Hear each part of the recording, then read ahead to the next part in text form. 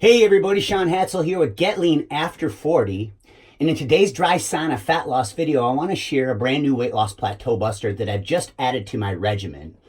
Because on Friday, I'm going to be 4 weeks out from a photo shoot. So I'm getting a lot leaner, and I've actually gained 1 pound over the last 3 weeks. And this is what happens when you get leaner and or you diet and exercise really, really hard for 2 weeks or longer at a time.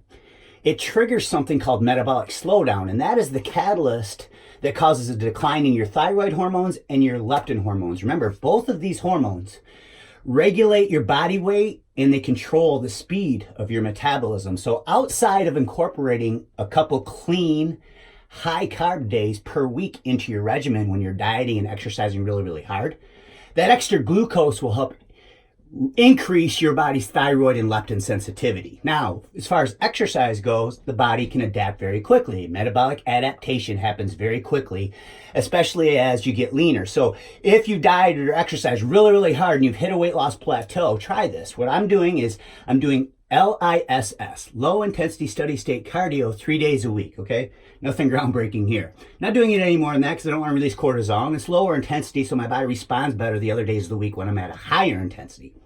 However, because I'm at a sticking point, what I'm going to do is I'm going to add some high intensity metabolic cardio burst for 5 minutes before I do my low intensity cardio.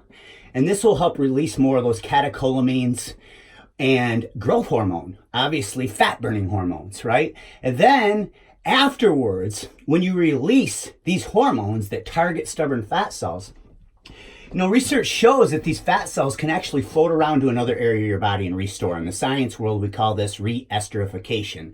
And it happens especially for the metabolism of people over 40 years old. So to prevent re-esterification, right after your high intensity metabolic cardio burst, do steady state cardio to burn off those fatty acids that are in the bloodstream. This will prevent re-esterification and it will allow you to burn or shrink more stubborn fat cells. Now, at the end of this cardio session, I recommend 15 minutes minimum, but try to get about 30 minutes in 3 days of the week. That's all you really need. Any more than that and you're asking for trouble because the body adapts and you're going to increase cortisol.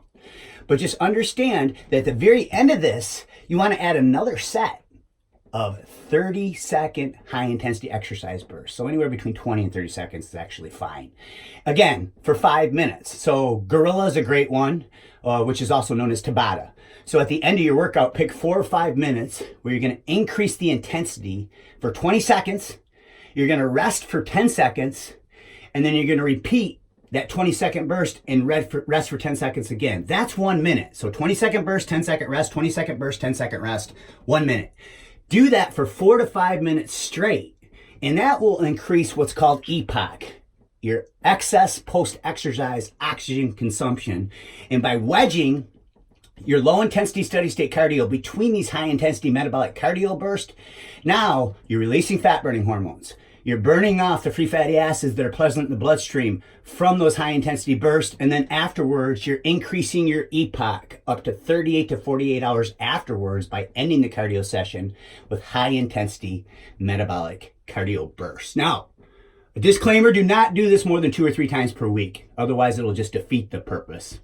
So hopefully you got something out of this video. If you did, click the like button below.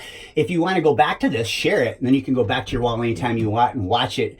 And make sure that you drop a comment below and let me know if you have questions or what you think of this. Again, knowledge is always power, right? But only if it's applied. And time is our most precious commodity.